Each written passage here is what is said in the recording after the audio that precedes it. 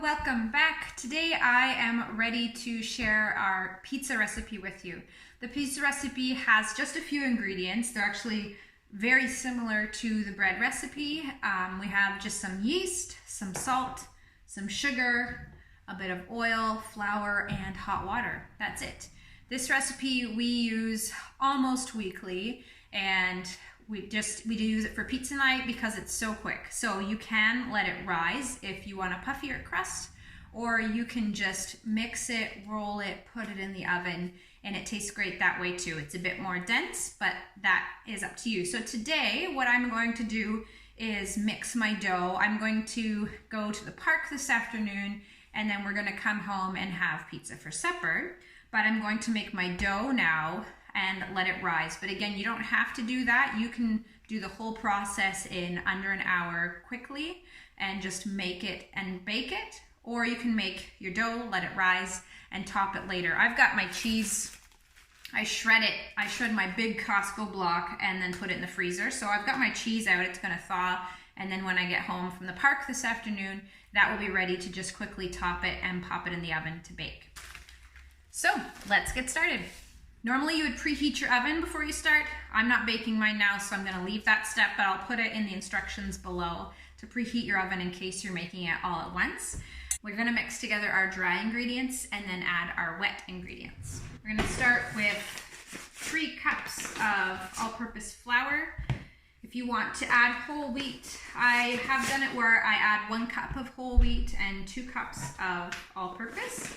And that's worked fine. I would recommend if you're adding whole wheat, or even if you're going to make it whole wheat, that you do allow some time for the rise, because it is going to be a denser pizza dough anyway, so then it allows it to soften up a little bit. So 3 cups of flour. I'm going to leave my flour here so I can give it a dusting when I roll it out. I'm going to add my sugar, my yeast, and my salt. So I'll just start with my sugar. I'm going to have 1 tablespoon of sugar.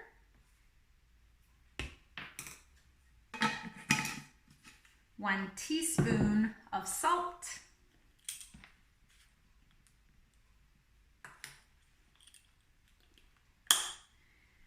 and 2 teaspoons of yeast. So I'm just going to actually put my yeast in with my other dry ingredients.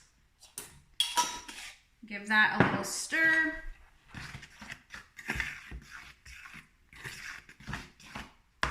And then add my water. So I have 1 cup of boiling water here. I'm gonna add my 2 tablespoons of oil just to my hot water and pour that into my dry mixture. Now I may need to add more water, so I have some in the kettle in case I need it.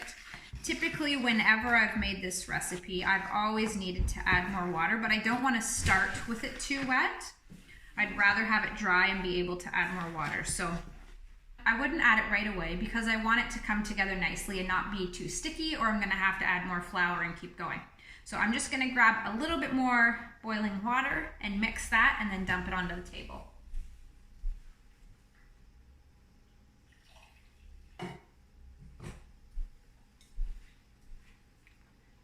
I prefer to add my water while it's in the bowl. It's a lot cleaner that way, but I do love to work the dough on my table rather than in the bowl. Be careful when working this one, especially the water is boiling, so it will be warm for your hands. Okay, so as you can see there, it is not fully come together, but there aren't dry patches, so that's just the way I like it. It's not going to be a ball or anything yet, but it doesn't have all the dry flour separated, so that's perfect. I'm just going to put some flour on my surface and go ahead and dump my dough on there. So we're going to do the same process as with the bread, where it's a push and fold for the dough. So I don't want to stick my hands into the dough, or I'm just going to have a sticky mess, but I want to push it down and fold it over from the sides or the top or wherever it's loose. push and fold just until it comes together. This is a much stiffer dough than the bread dough, but that is natural. So just a push and fold until it all comes together. As you can see, that came together pretty quickly. So push and fold, and now I have my pizza dough. There's a few pieces there, so you can work those in or just put them to the side. I'm gonna put a little bit more flour on my surface, get my rolling pin, and it's time to roll it out. So it is a soft dough to feel. It's not too hard, but it is much firmer than the bread dough. I'm gonna give it a little bit of flour on the top so that it doesn't stick to my rolling pin. Extra measure, put a bit of flour on my rolling pin. I recommend having your pan nearby. So today I'm going to use this round pan. Sometimes I use a very large pan and make it thinner, but for today I'm going to use this pan. So I want to roll it out the size of my pan. So I'm just going to have it here for reference while we're rolling.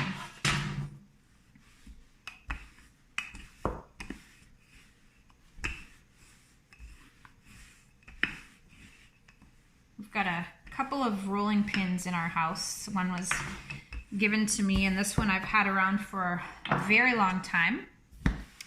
And I find I always go back to the same one.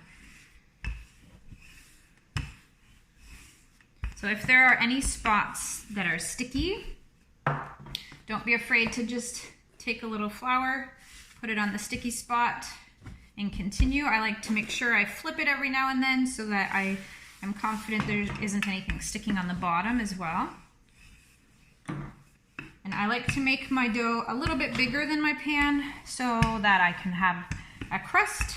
If you don't like crust, then just make sure you're making it the size of your pan and you won't have room for a crust. So as you can see, I've got lots of space for crust here, so that's great. I'm gonna fold my dough in half. I'm gonna fold my dough in half, put it on my pan, open it back up, and just fold my crust around. You could add some cheese, make it a stuffed crust, put some cheese strings in there. You can leave it just like this, however you'd like. I'm just rolling and turning as I go. I should measure this pan. Someone's going to ask me the size of my pan, and I am not sure. So I'm going to measure this pan, and then I can let you know underneath or when I go to bake it even. So that's it. Pizza night. That did not take very long.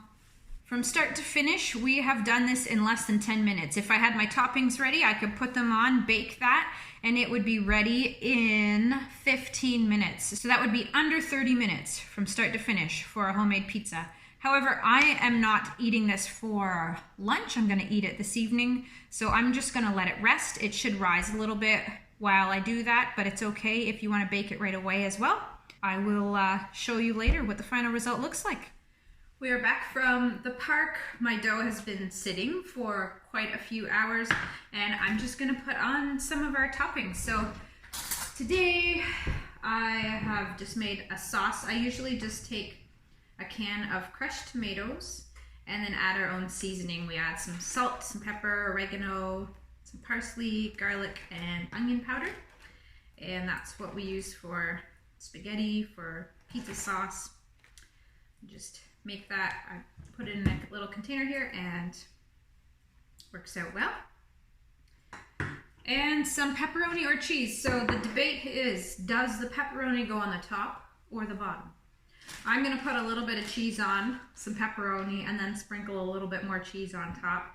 We usually love pineapple on pizza in our house. I don't have any here today, but we will all still enjoy pizza without pineapple. For those of you who eat Trim Healthy Mama, this is not Trim Healthy Mama pizza. It is delicious, it will feed your family, and it's yummy. So I typically will eat my pizzas either on egg. I just make an egg and flatten it out to the size of the whole pan, flip it once, add my toppings, and kind of like an omelet, or it can stay whole. Or if I'm have a little bit more time and a good amount of cheese, I like to make I think it's called a fathead pizza dough, which is just mozzarella cheese, some cream cheese, egg, and either almond flour or coconut flour. It is really yummy. It doesn't hold together quite like a yeasty flour dough does, but it's delicious.